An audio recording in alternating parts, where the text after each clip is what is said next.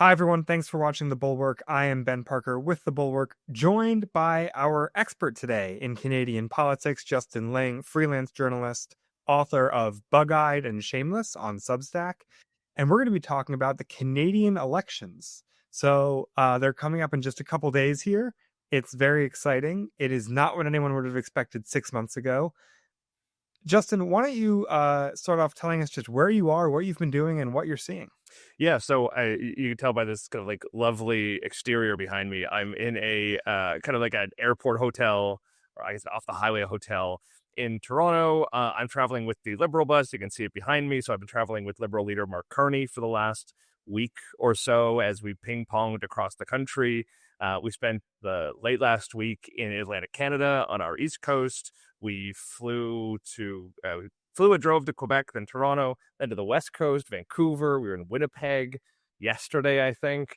We woke up this morning in Sault Ste. Marie, which is just across the border from Michigan, where a bunch of our steel industry is. And then we flew down here to Toronto, where we are for a couple days before we do some other kind of crazy jaunt in the sort of mad dash to Election Day, which is Monday. So you're with Mark Carney, who is the current Prime Minister of Canada, leader of the Liberal Party, which is roughly analogous to our Democratic Party. I'm going to ask you a little bit about him, but first I'm going to remind people, our viewers, that they might be familiar with Mark Carney because he was the one who said this. The old relationship we had with the United States, based on deepening integration of our economies and tight security and military cooperations, is over. Powerful words from the Canadian Prime Minister. Tell us a little bit about Carney. He came in after Justin Trudeau left, and he was supposed to be just sort of a placeholder, right? Well, placeholder is probably not quite the right language. I mean, so Mark Carney, I mean, he's a relatively well-known guy here in Canada. He was the former governor of the Bank of Canada. He was a former official in the Department of Finance here. He ended up doing kind of the extraordinary thing and going across the pond to the UK and becoming governor of the Bank of England, which is like, not a normal CV for anyone, particularly any Canadian. And then he spent some years in private finance before deciding to run for the leadership of the Liberal Party of Canada, which at that point was in completely dire straits, right? Like, I think I was on late last year talking about the complete kind of unraveling of Justin Trudeau, who had become just deeply, deeply unpopular and who quit just right around Christmas, I think early in the new year, just what feels like an eternity ago. And in the race to replace him, it was just a cakewalk. Mark Carney faced a couple of other competitors, but just ran away with it. I think like 80% of 80% of the vote in kind of the Liberal Party primary leadership race. Within weeks, like literally weeks, his party's polling numbers just went completely in the opposite direction. They went from, low 20s, maybe high teens, all the way up to 35-40% in the polls. And he's now kind of, careening towards what is likely an election victory of pretty epic proportions. I mean, we're talking about like north of 40% of the vote, which is pretty unusual in Canadian elections. And if the polls have it right, he's going to have a huge majority government, which, we've not had in quite some time in this country. Yeah, we can put up maybe this graphic from the CBC News, the Canadian Broadcasting Corporation News, where they show the Liberals, as you said, with a pretty comfortable lead. And keep in mind, that's heading into a fourth consecutive Liberal victory in an election. That's really impressive. The Conservative Party often calls this the lost Liberal decade. Like that has been their running phrase. It's not worked all that well, clearly, but the fact that we've had one party governing this country for a decade is super unusual in Canadian history, and the fact that it could be now, if it's a majority government, it'll be going on 15 years of this one party dominating Canadian politics. So I want to ask you about that crazy polling shift, because you can see it in this chart here, how the Liberals are just underwater and all of a sudden, like a phoenix, rise from the ashes as soon as Trudeau leaves and Carney comes in. What happened there? How does something that dramatic? Is it just the person of of Justin Trudeau, or is it something? Was there an event? Was it Trump? It was Trump. It was just like, I mean, listen, there's a whole bunch of other factors, right? Pierre Poilievre, the leader of our Conservative Party, has become deeply unpopular. His comparisons to Donald Trump have, even if it's not quite that simple, have nevertheless totally hurt his political brand over the last couple of months.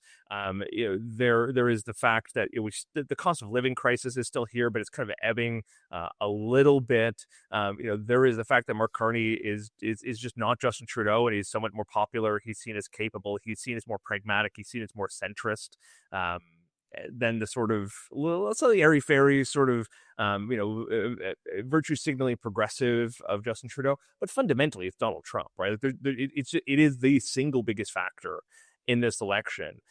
Going into the election, we had the 51st state threat. We had the sort of chaotic nature of the tariffs. Liberation Day, as Trump calls it, fell on like week one of the campaign. The fact that Donald Trump, even just the Oval Office yesterday or the day before, was again openly saying, we want to basically end automotive imports from Canada. He told Time magazine last week, just published today, that the only real way to kind of equalize the trade deficit with Canada is to subsume them as the 51st state. Like, it has freaked everyone in this country out. Like, how could it not, right?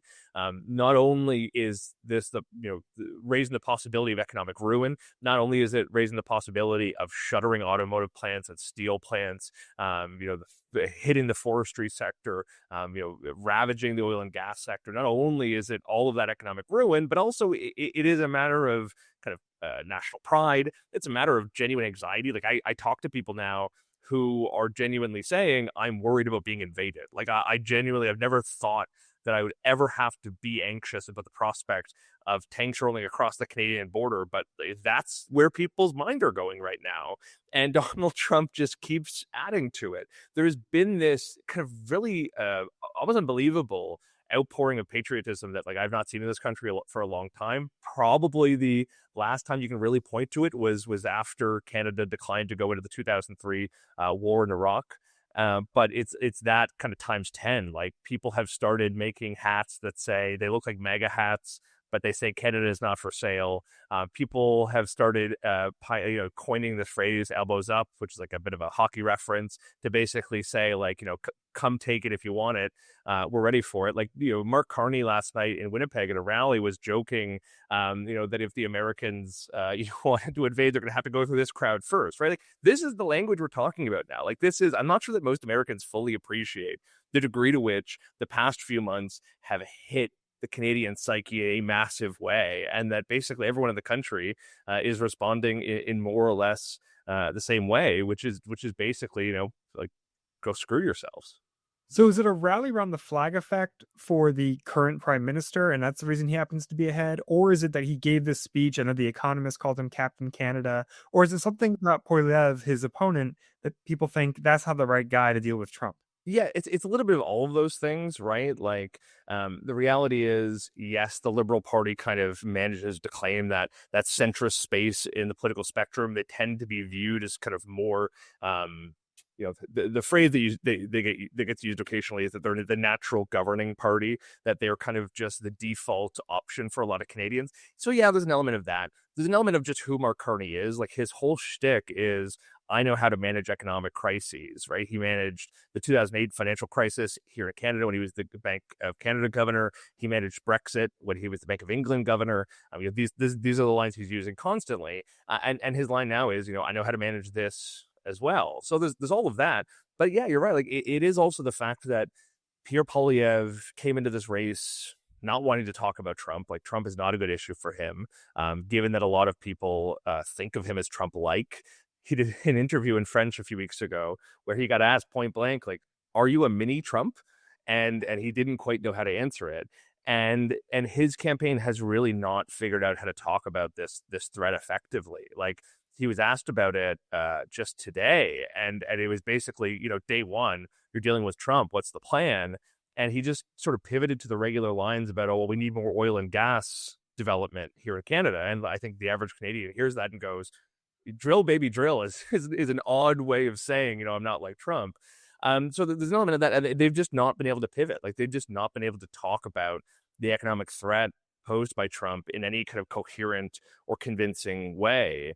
And there's still things about his message that are resonating with people. There are people who care way more about cost of living issues and rising affordability problems than they do about Trump, because one of those issues feels very sort of now, and the other feels quite hypothetical. But the polls show basically the vast majority of the country is singularly focused on the threat posed by Trump, and that's kind of where the rubber hits the road a bit, because Mark Carney's whole campaign has been about this. Everything he talks about comes back to Trump. Like I said, I was in a steel mill this morning with Mark Carney, a steel mill that has had to lay off a ton of people, that is losing literally millions of dollars over the past few weeks because of these steel tariffs, which have been at 25% for basically almost since the start of Trump's administration. And that symbolism, that image of him there standing on the floor of this steel mill, I think is the kind of thing that is resonating with people and really forcing them to go like, I'm tired of the Liberal Party. I've not been enthused with their record for the past 10 years. I might normally vote for another party, but, given the extent of this existential crisis, this is the guy. Yeah, I want to show this poll real quick. This is by Ipsos, the polling organization. They asked people around the world if they thought America would have a good influence or a bad influence on the world. Only 6 months ago, they say, 52% of Canadians saw the U.S. as a positive influencer. Now, only 19% feel the same. This 33-point fall is the largest recorded for any country. So I want to ask you, is that Canadians reflecting on the American government, or is that Canadians thinking about their friends, in some cases their family members across the border, Americans as people? I think it's both. Like, I think the average Canadian will tell you it's not both. I think the average Canadian, and you even hear Mark Carney and Pierre Poilievre say this, they'll say, our issues with the American government, not the American people, which, it feels like something America says before they invade a country. But nevertheless, that line sort of does come into conflict with the fact that it's Americans who voted for this. And it's Americans who still support this in at least in some measure. And it's not like this was a great surprise, right? Donald Trump spent the entire election. He spent his first administration putting tariffs on Canada. And then he spent his election campaign saying, I'm going to launch a trade war with Canada and all of our allies. And then he won, not only the Electoral College, but the popular vote. And I think a lot of Canadians look at that and say, like, you voted for this. This was a choice you made.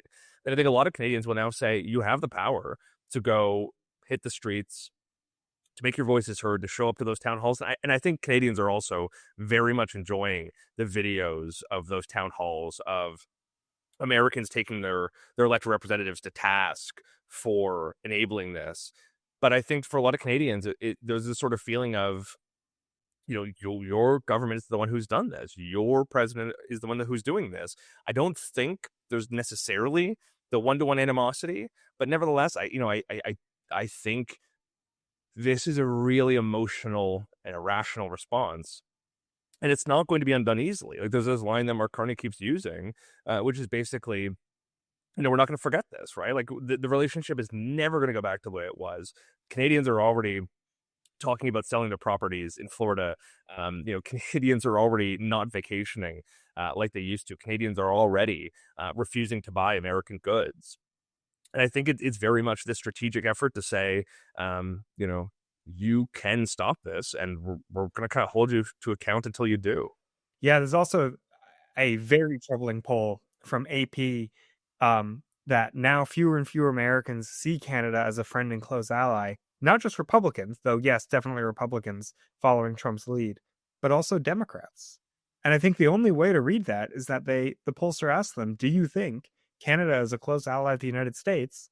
Democrats look at what our government is doing and they say, no, factually, it's hard to defend the idea that it is.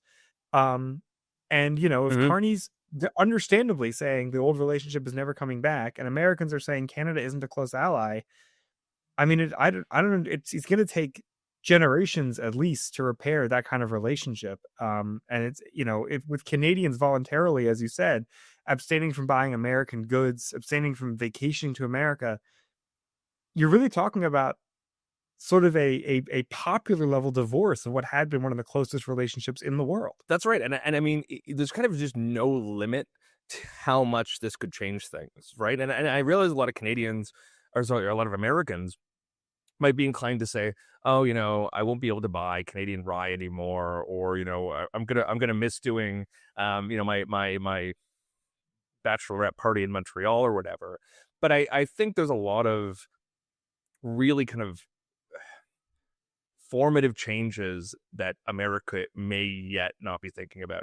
So for I'll give you a couple examples. Mark Carney has ordered a review of the F-35 procurement process, and I think Canada may yet be one of the first dominoes to fall in terms of the unplugging from the American defense apparatus. That's going to mean billions of dollars in trade not done, right? Like that is going to mean jobs in the U.S.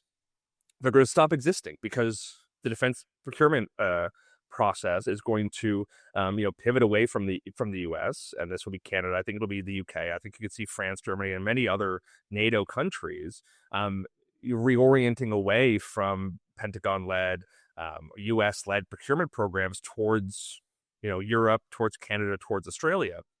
Beyond that, you're going to see an attempt to rewire the grid, like literally the electric grid. Currently, Canada exports a massive amount of energy, mostly down through Quebec, but also to some degree through the prairie provinces into the U.S. There's already talk. Mark Carney talks about it constantly, as does Pierre Poilievre and the others, about basically forging an east to west energy grid. That means more of that energy stays in Canada, does not go south. Ditto for oil and gas. We're talking about moving more pipelines to get oil and gas, LNG, and petroleum to mostly the West Coast to ship it to Japan, China, Korea, whoever really wants it. These things are going to have a real kind of substantial difference. And Donald Trump, to some degree, says that this is what he wants, right? Like he was openly proclaiming in this in the Oval Office in this Time interview that he doesn't want to see Canadian energy or electricity come down south anymore. Okay, well, good luck with that, because your energy is about to get a lot more expensive. Like that is going to be the practical result of this. It's also going to mean that Canada's going to actually have to build up those trade relationships with new countries. Like currently, Canada's top two trading partners are the U.S. And China. And on both instances, we're talking about a decoupling and forging new links with Europe, with Australia, potentially with emerging economies in Africa, potentially with emerging countries in East Asia. And America's going to feel the difference of that. Like America is isolating itself in a spectacular way. And I think Canada is really kind of on the cusp, on the cutting edge of what that's going to look like in real terms. I think one other example of this that maybe for now is more symbolic than anything, but for decades, the United States and Canada have defended our joint airspace as if it were one country, right? That's what NORAD is. We think of all the guys in Cheyenne Mountain. I don't think they're actually in Cheyenne Mountain anymore. I think they like mothballed that facility. Oh, a bunch of them actually are in the mountain, yeah. Oh, they are in the mountain. Okay, they are still in the mountain. Yeah. They're sitting there monitoring any questionable thing that could be flying at either country as if it's one place. That's how close the relationship is. I haven't heard anyone mention that yet, but that's the logical extension. Is that, okay, well, like, we're actually gonna, observe the border, then like our airspace is our airspace and yours is yours. I kind of think that there is no limit to how different this relationship could be in the near future. But I actually think NORAD is the one thing we don't touch. NORAD is the one win-win that is just so economical. It's so useful. And Canada is, listen, to some degree, and this is always worth underlining, to some degree, Donald Trump is right? Like, to some degree, Canada has been a laggard, has been miserly when it comes to defense spending, when it comes to territorial defense, when it comes to foreign aid, when it comes to whatever, contributions to Ukraine, for example. He's right about a bunch of that stuff. Like, we have been too slow for a long time. Now, we have been trying to fix this over the last few years because we heard it during his first term, and there has been a kind of concerted effort to say, okay, how do we kind of reconcile that genuine criticism with kind of what our defense and security priorities actually are? And that ball's been rolling. Like, we are on track to finally hit our 2% spending target by about 2030. And really, there's no way to make that go any faster. Like that's about as good as we could possibly do. We also have been talking about in stepping up in NORAD and doing more of our own territorial defense and doing more of our Arctic defense, which is a whole other interesting can of worms that Donald Trump does not understand even remotely. But nevertheless, like, we have been stepping up. But here's something really interesting. Just a few weeks ago, we've been talking about buying a new over-the-horizon radar for the Arctic that basically will allow us to better surveil and be alerted to enemy aircraft or foreign aircraft entering our airspace. Everybody thought we were going to buy that multi-billion-dollar radar from the U.S. Turns out, last minute, a couple weeks ago, one of Mark Carney's first things he does as prime minister before he hits the election campaign is to announce that he's buying it from Australia. Basically, yank this deal out from the Americans and turn to another, Commonwealth-friendly country for that multi-billion-dollar deal. So you're going to see a lot more stuff like that. Things that would normally lead to a kind of big economic partnership, security defense partnership with the U.S., reorient elsewhere. And I think you're going to see that when it comes time to buy new submarines, when it comes time to announce our 6th-generation fighter jet program, new warships, icebreakers, you name it. It's going to be more and more French, German, Canadian, Australian companies and much fewer American ones. I think you're right. I think NORAD will be the last domino to fall. I would only disagree and say that I think you may still be underestimating how drastic and foolish this administration can be. But your lips to God's ears. Justin Ling, thank you so much for joining me. I hope this all turns around real soon. If it can happen to the Labour Party over the last 3 months, maybe it can happen to the rest of us too. And good luck covering the rest of the elections. Thanks for having me. Thanks everyone for watching. Make sure to leave a comment, like the video, subscribe to the channel, and hey, if you really like what we're doing, go over to thebulwark.com, become a Bulwark Plus member, and we'll see you around here next time. Thanks. Hey, YouTube fam, if you want to support The Bulwark, the best way to do it is by becoming a YouTube Bulwark Plus member. The Bulwark is truly independent. We have no corporate overlords. We're not settling any dumb lawsuits with Trump. By joining, you help support our work, and you can get a bunch of perks right here on this platform. Ad-free content, bonus videos, live streams, and some emojis of me, which I guess some people want. So come join, come hang out, become a Bulwark YouTube Plus member, and I'll be seeing you in the comments. So behave.